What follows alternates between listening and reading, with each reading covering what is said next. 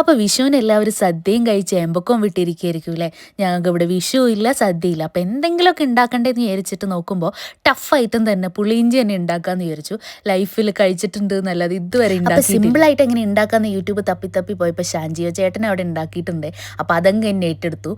വെളിച്ചെണ്ണ ചൂടാക്കി അതിലേക്ക് കുറച്ച് ഇഞ്ചിയും ഉള്ളിയും അതുപോലെ തന്നെ കറിവേപ്പിലയും മുളകും ഇട്ടിട്ട് അങ്ങ് വഴറ്റി നല്ല ബ്രൗൺ കളർ ആകുമ്പോഴത്തേക്കും അതിലേക്ക് കുറച്ച് മുളക് പൊടിയും മഞ്ഞൾപ്പൊടി ഇട്ടിട്ട് അങ്ങ് വഴറ്റിക്കൊണ്ടിരുന്നു. ഇത്രയും പണിയുണ്ടെന്ന് അത് ഉണ്ടാക്കി കഴിഞ്ഞപ്പോഴാണ് മനസ്സിലായത്. പിന്നെ നല്ല പുളി പിഴിഞ്ഞ വെള്ളം അങ്ങ് ഒഴിച്ചു. അതിലേക്ക് ഉപ്പ് ഇടയ്ക്കിടയ്ക്ക് നമ്മൾ ടെസ്റ്റ് ചെയ്ത് നോക്കണേ ഉപ്പ് കൂടിയിട്ടുണ്ടോയെന്ന്.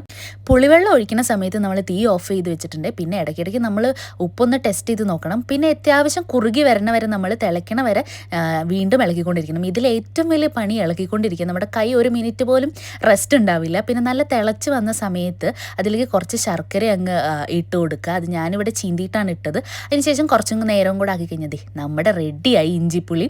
അപ്പോൾ എല്ലാവർക്കും ഹാപ്പി വിഷു.